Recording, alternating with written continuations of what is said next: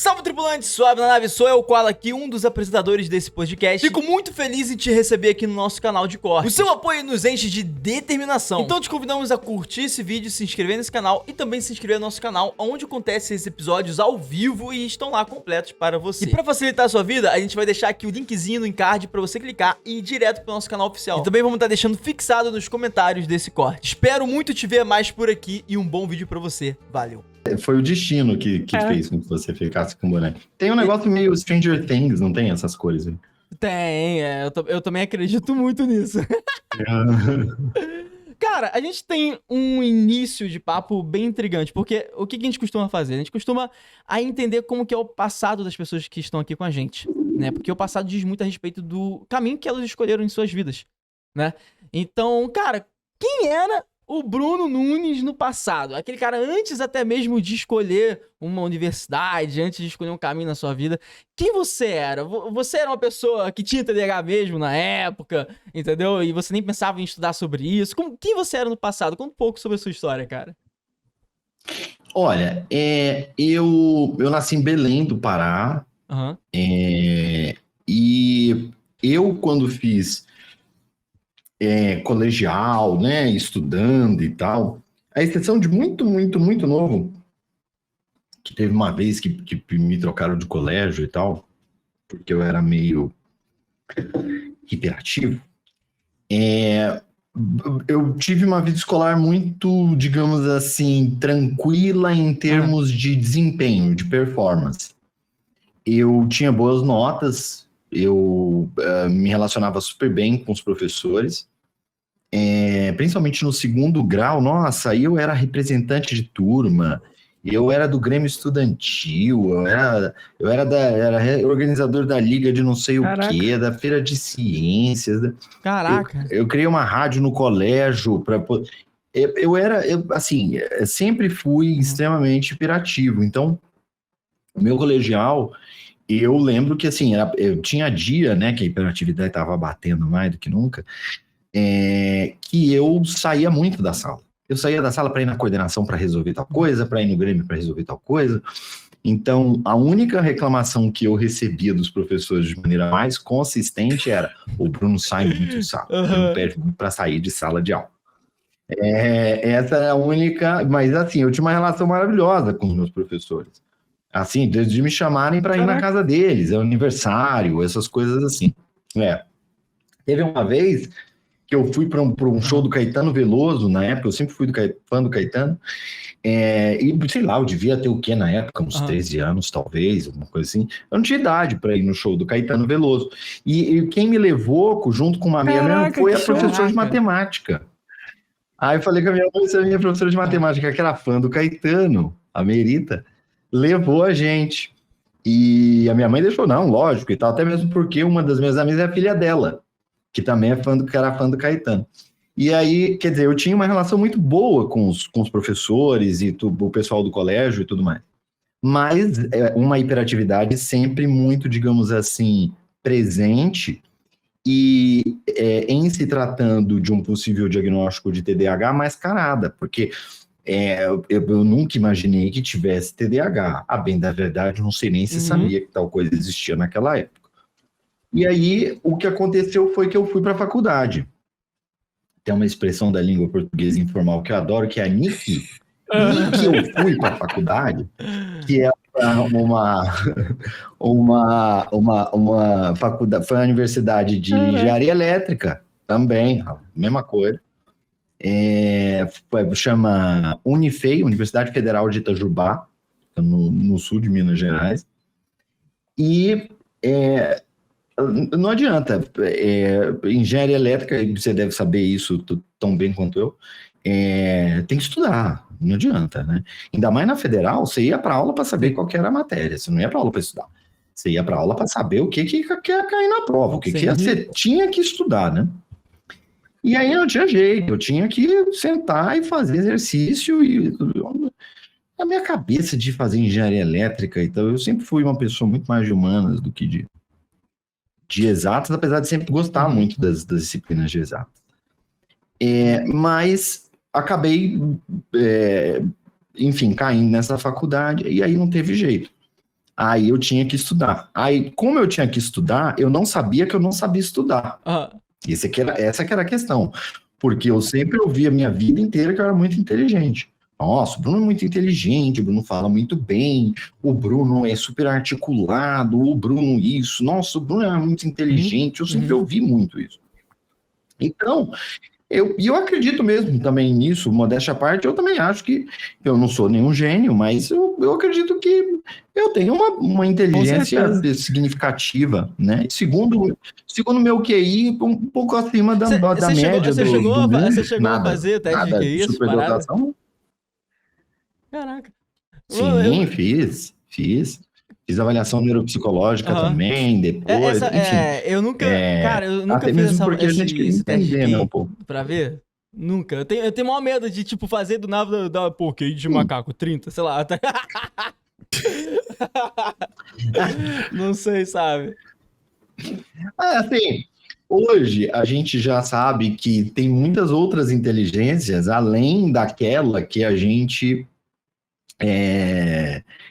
avalia com um coeficiente de inteligência, né? Esse QI, que é o coeficiente de inteligência, a gente sabe que tem vários tipos de inteligência. Então, essa inteligência que olha somente para o racional, que olha somente para o lógico, né? Ela não necessariamente vai definir a capacidade que a pessoa tem de sucesso na vida dela. A gente tem inteligência interpessoal, a gente tem inteligência emocional, a gente tem inteligência artística, né? A gente tem uma série de inteligências. E eu acho que naquela época, essa minha inteligência me ajudou muito assim, a verdade era que eu não estudava. Não estudava para as provas. Eu estudava para as provas meia hora antes da prova.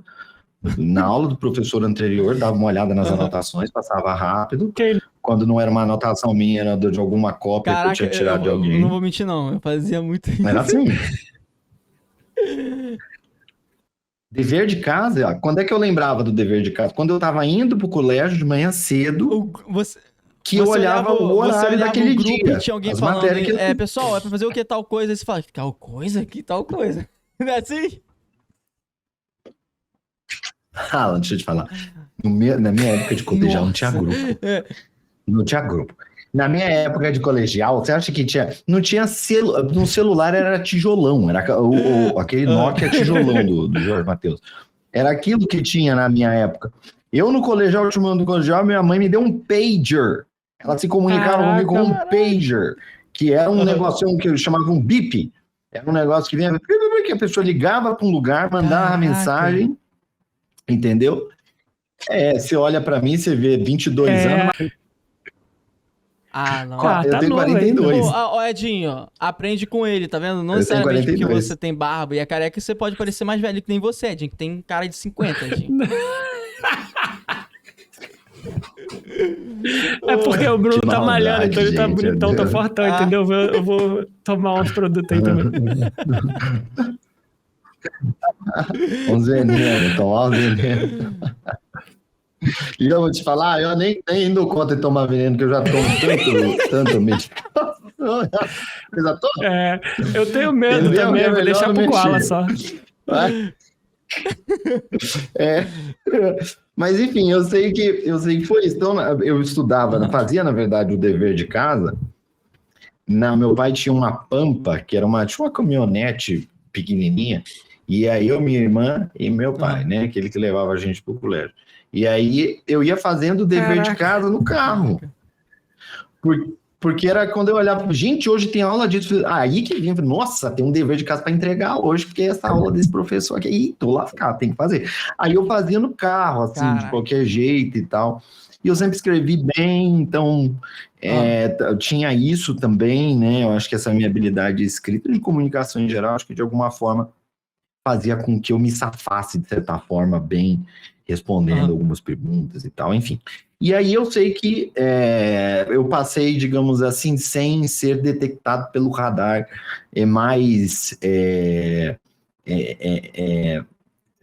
oh meu Deus do céu, fugiu a palavra, mais característico do TDAH, né? Mais do estereotipado do TDAH. Então, não tinha como me identificar como uma pessoa com TDAH. E aí, quando eu fui para a faculdade, tudo mudou, porque eu precisava estudar. Mas eu não sabia que eu não sabia estudar, porque para mim aquilo era estudar. Eu tinha notas boas, né? Eu tinha um bom desempenho. E me chamavam de inteligente, então não precisava se esforçar mais do que isso. Um sucesso. Vai ser um gênio nato. Vai dar, só me esforçar um pouquinho mais que vai dar tudo certo. E aí acho que eu tinha 16 anos na época, que eu fui fazer ainda o terceiro ano do segundo grau lá em Minas Gerais. Na época o vestibular acontecia numa data muito diferente de lá do Pará, então era melhor eu fazer o terceiro ano já lá em Minas Gerais, para eu poder acabar o currículo todo para poder fazer a prova de vestibular. Era tipo assim, a prova era em começo de dezembro, em Minas Gerais, e no Pará as provas de vestibular eram em fevereiro do ano seguinte. Então, eu ia perder muita coisa, não ia ver muita coisa e tal. Então, eu fui para lá para fazer o terceiro ano. E, de novo, que eu passei na federal, porque também no terceiro ano minhas notas eram boas lá, mas que eu passei, aí eu tive que, de fato, estudar. E não era sentar, fazer exercício, eletromagnetismo, cálculo vetorial, física, química, enfim, equações diferenciais, tudo, né? E lá o nosso foco, né, na Federal de Itajuá, pelo menos a minha área, que era a tradição da universidade, era na área de sistemas de potência, que é geração, transmissão e distribuição de energia elétrica. Essa era, digamos assim, a área da engenharia elétrica que eu estudava. Então, assim, era muita... Aí, de vez em quando, tinha umas plantas, tinha umas matérias de subestações, que tinha que projetar subestações, então exigia, além, né, de toda a questão de cálculo de exercício, uma organização, era necessária uma organização para você poder lidar com aquelas questões que eu não tinha. Então, ali as notas começaram a ser muito ruins, eu comecei a ser muito reprovado, não entendi o que estava acontecendo, ninguém entendia. Aí eu comecei a ter as comorbidades do TDAH. Começaram a aparecer os problemas advindos. Mas aí que você começou a desconfiar, não? Tinha. Tá. Não. O que eu achava é que eu era preguiçoso. Eu achava que eu era preguiçoso, eu achava que eu era desleixado, eu achava que eu era... tanto é que quando eu vim para a internet falar de TDAH e ajudar as pessoas com TDAH, uma das minhas bandeiras mais, talvez difíceis de segurar, mas mais importantes para minha causa, era a gente eliminar a culpa, porque ela é contraprodutiva.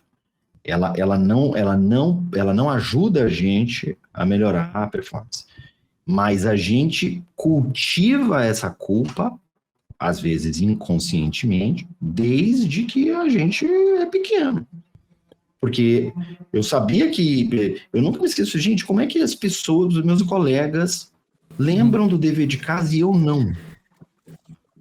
Como é que pode uma coisa dessa, entendeu? Tipo assim, e assim, aconteceu de novo. E eu falei, gente, isso é um negócio tão simples, como é que eu não entendi aqui, né? Hoje, olhando pra trás, eu consigo fazer esse... Mano, será que eu tinha TDAH? Raio-X, então... Nossa, cara, você falando isso daí, eu tô pensando... Pô, se eu tivesse, sei lá, falado Eureka, tá ligado? Talvez seja isso. As coisas teriam sido diferentes, mano. Tô pensando agora. Caraca. Isso é muito comum, as pessoas chegarem e falarem assim, se eu soubesse que eu tinha TDAH naquela época, teria sido tudo muito diferente. Aí eu falo assim... Mas não foi, né? Porque a vida não é perfeita. E não adianta, é assim mesmo. Quando a gente descobre, é assim, a gente vai descobrindo. Por exemplo, se você tem a desconfiança, provavelmente depois dessa nossa conversa, talvez você se sinta mais motivado, de fato, buscar respostas mais sistemáticas. Você pode ver que, de repente, o transtorno pode estar trazendo problemas para a tua vida que você não enxergava que poderiam ser dele, caso, de fato, você venha até o transtorno, né? Mas o que aconteceu comigo naquela época era que isso nem passava pela minha cabeça. de que eu tinha TDAH. Era culpa mesmo. Eu que devia me esforçar mais, eu que não conseguia fazer as coisas direito por causa de preguiça, porque eu não conseguia me concentrar, na verdade, né? E ainda mais se estudar por muito tempo, eu não tinha ferramenta para fazer isso naquela época. Hoje eu tenho, mas naquela época eu não tinha. Então, assim, eu não entendia o que estava acontecendo, né? Então, eu alimentava sempre essa culpa, essa vergonha que crescia muito. À medida que os anos foram passando, foram anos. Não foi meses, não, foram anos. Eu passei quase 10 anos na faculdade de engenharia elétrica. Calma aí, 10 anos? E já no finalzinho, que eu já estava indo melhor. 10 anos, e não formei. E não formei. Eu abandonei o pessoal lá no meu faltando. curso, ô Bruno, falava que a galera que tava lá há muito tempo chamavam de... Caraca, eu esqueci agora, não faz tanto tempo. Acho que era derivada, né? Dinossauro? Pô, tá cheio de derivada na sala hoje, hein? Era o pessoal que vinha pra fazer aquela aula porque tava repetindo uma quarta vez aquela aula, tá ligado? Tipo... Essa faculdade é difícil, hein, mano? Sim. Não... É que engenharia é pesada, né? Assim... Na minha turma, assim... eu lembro que quem formou em 5 anos foi, tipo assim, 30% dos 70 que entraram. Foi 30% que formou em 5 anos. O resto... Você tá no canal de cortes da Nave Podcast. Clicando aqui você vai para a continuação desse papo. Aqui embaixo separamos um vídeo especial para você. Lembrando que aqui sai corte todos os dias. Então aproveite, se inscreva no nosso canal e venha decolar com a gente.